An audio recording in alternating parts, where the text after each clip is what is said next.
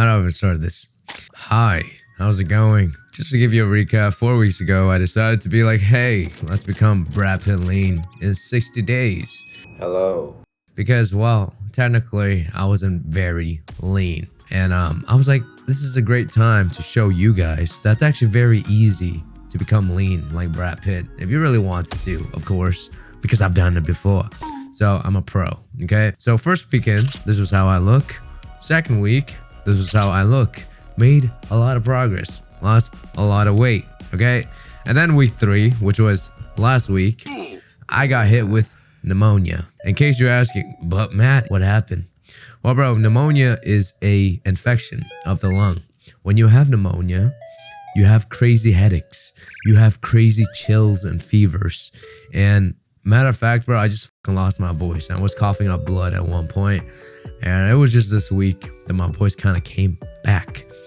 Actually, I made a community post last week saying, hey, can't give you guys an update because I lost my voice. And some of you bitches decided to say, I guess he doesn't want it enough.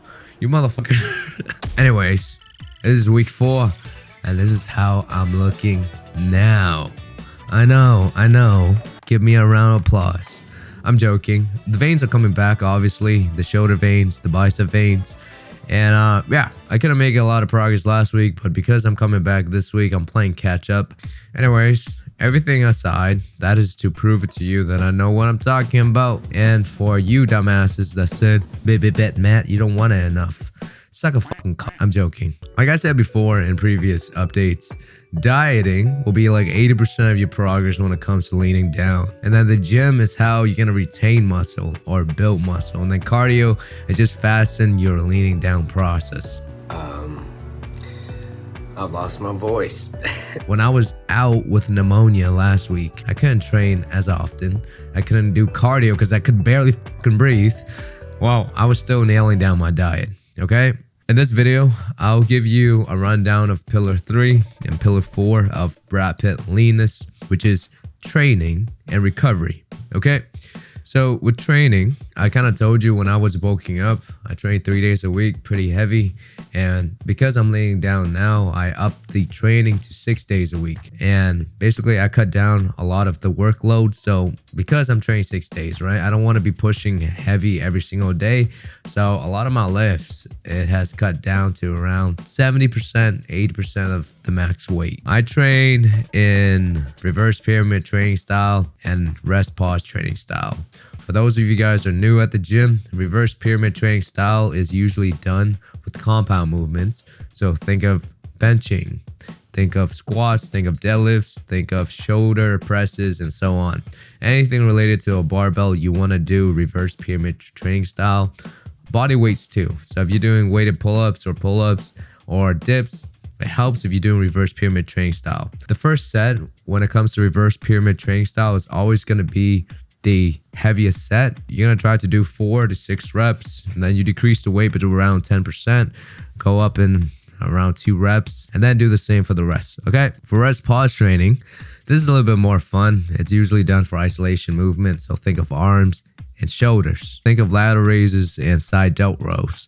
Some of you ask, what is side delt rows? Well, this is how you perform the movement, okay? Anyways, going on a little bit further with rest pause training style. You want to do 5 sets of these exercises. The first set, you want to push between 12 to 15 reps. And then the rest of the sets, you want to hit between 4 to 6 reps. The whole goal when you're leaning down, by the way, isn't to gain muscle, but rather you just want to maintain as much muscle as possible.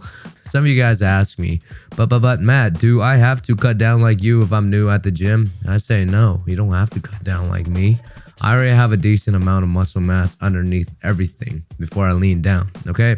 So when I do lean down, I look good. For some of you guys new starting out, you don't have a lot of muscle mass. So I don't suggest you lean down. I suggest you do a body recomp. What is a body recomp? Eat a high fat, high protein, low carb diet. Your body composition is going to change over time. And basically you can gain muscle and lose fat at the same time. In terms of philosophy of training, you want to train...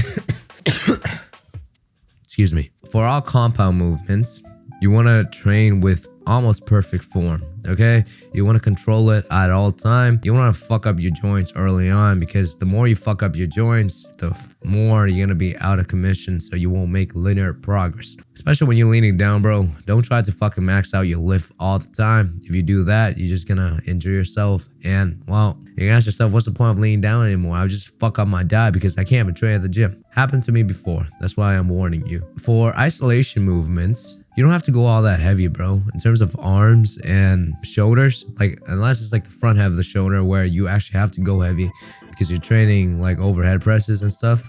But for lateral raises and side delt rows, you don't have to go all that heavy. Go for burns. Lightweight, go for the burn. If you can't go heavy, then go heavy, but make sure to corroborate with your joints. See how they feel. If your joints is fucked up when you do heavy weight, don't do heavy weight. And then that pretty much covers training, bro. In terms of recovery, number 1, sleep. If you feel like shit all the time, if you can't make good decisions, chances are, bro, your sleep is out of whack. Okay, it's your sleep and your diet at the end of the day, because those are your most basic input. Think of a pyramid. There's the top and the bottom. The bottom's the foundation. The better the foundation is, the easier it is for the pyramid to be built and look good towards the end. Sleeping and diet will be the foundation. So I always tell you, if you want to recover properly, get in your sleep. If you're not making the best decisions you can, sleep a little fucking more. Okay? In terms of like, how do you know you're sleeping well enough? It depends if you're tracking your sleep or not. I actually don't have my watch on me, but my watch usually tracks my sleep. It tracks how much REM or deep sleep I get. Those are the 2 most important part of sleeping, right? There's 3 phases of sleep: REM, deep sleep, and then light sleep. You want to max out your deep sleep and REM sleep because those are the period in which your body recovers the most. If you have a lot of light sleep, it probably means you're drinking way too much coffee, or you're just too stimulated before bedtime.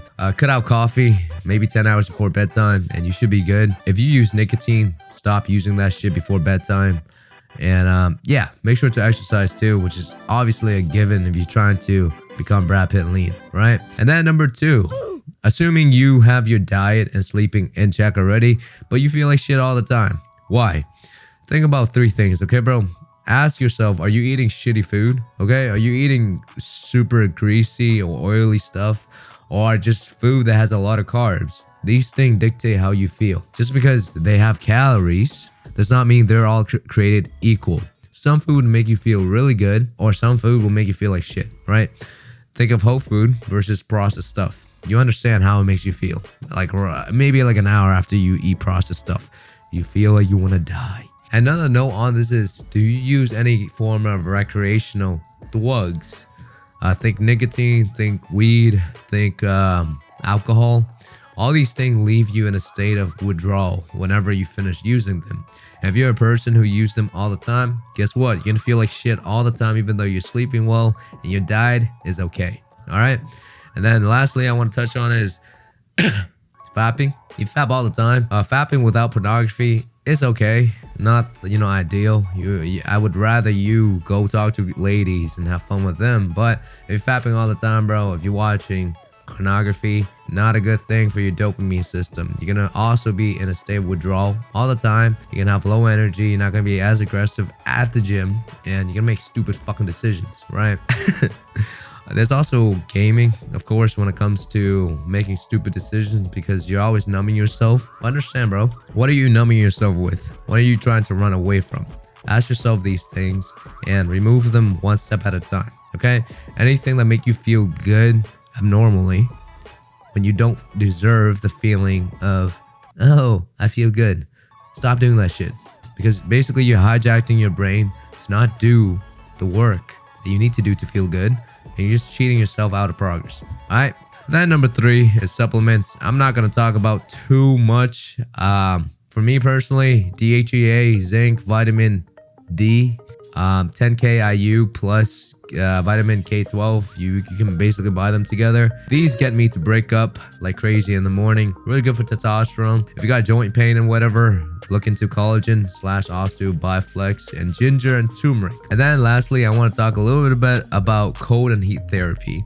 Essentially, bro, if your immune system fucking sucks, if you're bloated as hell, get yourself into the sauna or the steam room right after you work out, okay? It's gonna get your blood flow going. You're gonna sweat out all the toxin and you're gonna feel a lot better. Especially after the steam or the sauna room, you take a cold shower, like freezing cold. You're gonna feel like you're fucking Superman, okay? In terms of recovery, it's really good. You're gonna feel a lot stronger when you go into the sauna and steam room right after you work out and then you finish it off with a cold shower. Not much to say, bro. You're gonna de-bloat, you're gonna feel good, you're gonna recover faster. Well, brain dead. Anyways, man, that's pretty much it for this video. Anything else I want to say? No.